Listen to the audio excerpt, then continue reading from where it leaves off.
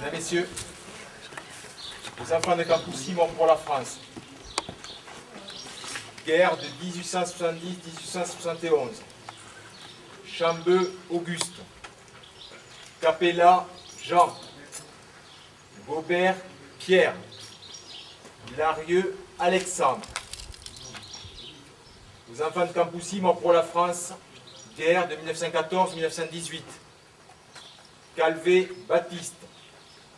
Canal Rémy. Grieux Jean. Grieux Léon. Mournet Édouard. Salle Albert. Calvé Édouard.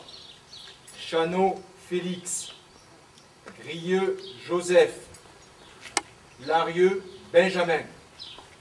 Palmade Abel. Je vous demande une minute de silence.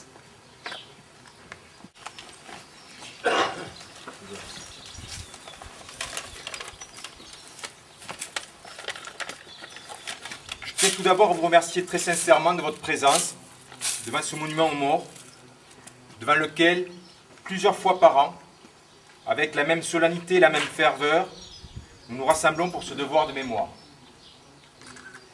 Le 14 juillet, dans notre pays, n'est évidemment pas une fête comme les autres. Dans chaque ville, dans chaque village, nous marquons notre attachement aux valeurs fortes que symbolise cette date.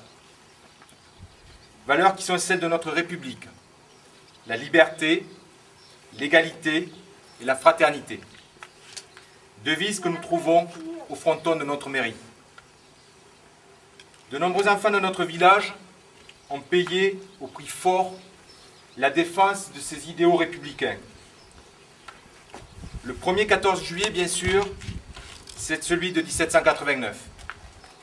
Les émeutiers venus chercher à la Bastille des armes pour riposter aux troupes du roi s'emparent de la prison, symbole du pouvoir absolutiste. Cet événement eut dans notre pays, dans toute l'Europe, un retentissement considérable.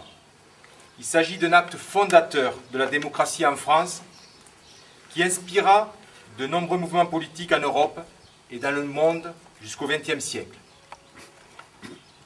Parmi les acquis essentiels de cette période, je voudrais souligner celle de la Déclaration des droits de l'homme, dont le premier article, lumineux et limpide, proclame que les hommes naissent libres et égaux en droit. Notre rassemblement d'aujourd'hui consacre la conviction partagée que nous avons de la démocratie, bien particulièrement précieux, qui doit être défendu contre tous les assauts avec une grande vigueur. Ce propos n'a hélas rien perdu de son actualité aujourd'hui, dans un monde où chaque jour nous offre de tristes occasions de mesurer la valeur de notre liberté. Les droits de l'homme, l'égalité devant la loi, des libertés et droits fondamentaux comme le droit à la propriété, la liberté d'association, la solidarité républicaine entre tous les Français constituent des idéaux à diffuser encore et toujours. Aujourd'hui, nous tous rassemblés voulons dire avec force combien il est important de donner corps à cette démocratie pour laquelle beaucoup de sang a été versé par le passé. C'est convaincu de ce devoir de solidarité et de fraternité que nous organisons chaque année cette cérémonie symbolique.